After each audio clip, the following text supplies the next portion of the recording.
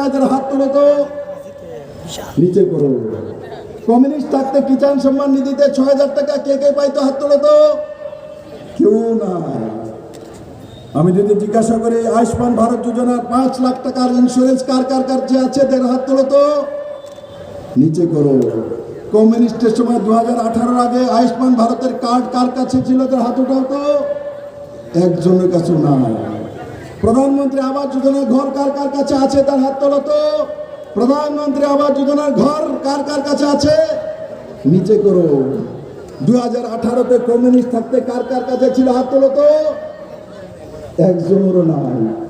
তো মানিক সরকার আপনি করছেন কি? কেউ জল দিচ্ছেন না, ঘর দিচ্ছেন না, শৌচালয় দিচ্ছেন না, চাউল দিচ্ছেন না, হেলথের ব্যবস্থা করছেন না। তো ২৫টা বছর করছে কি আপনারা?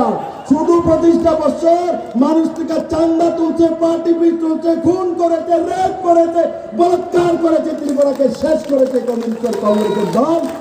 তাই আমি এই ময়দান থেকে ত্রিপুরাবাসীকে সাবধান করতে চাই, এবার কমিউনিস্ট নিজের চিহ্ন নিয়ে আসছে না, হাত চিহ্ন নিয়ে আসছে।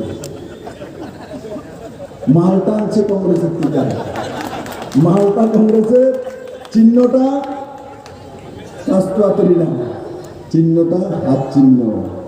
কালো হাত ভেঙ্গে দেন, গুড়িয়ে দেন, কার স্লোগান? কালো হাত ভেঙ্গে দেন, গুড়িয়ে দিন। মানিক বাবু, জিতেন বাবু, কালো হাত ভেঙ্গে দেন, গুড়িয়ে দেন, আপনাদের স্লোগান।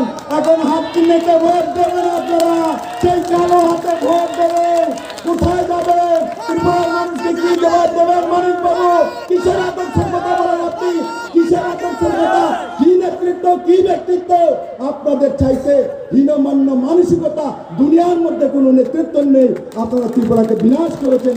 ত্রিপুরার মানুষ এবার আপনাদের মাফ করবে না। ৩৬ লক্ষ ত্রিপুরাবাসী এবারের ২৪-এর ইলেকশনে আপনাদেরকে একটি ভোটও দেবে না। আমি ভালো করে জানি, একটি ভোটও দেবে না।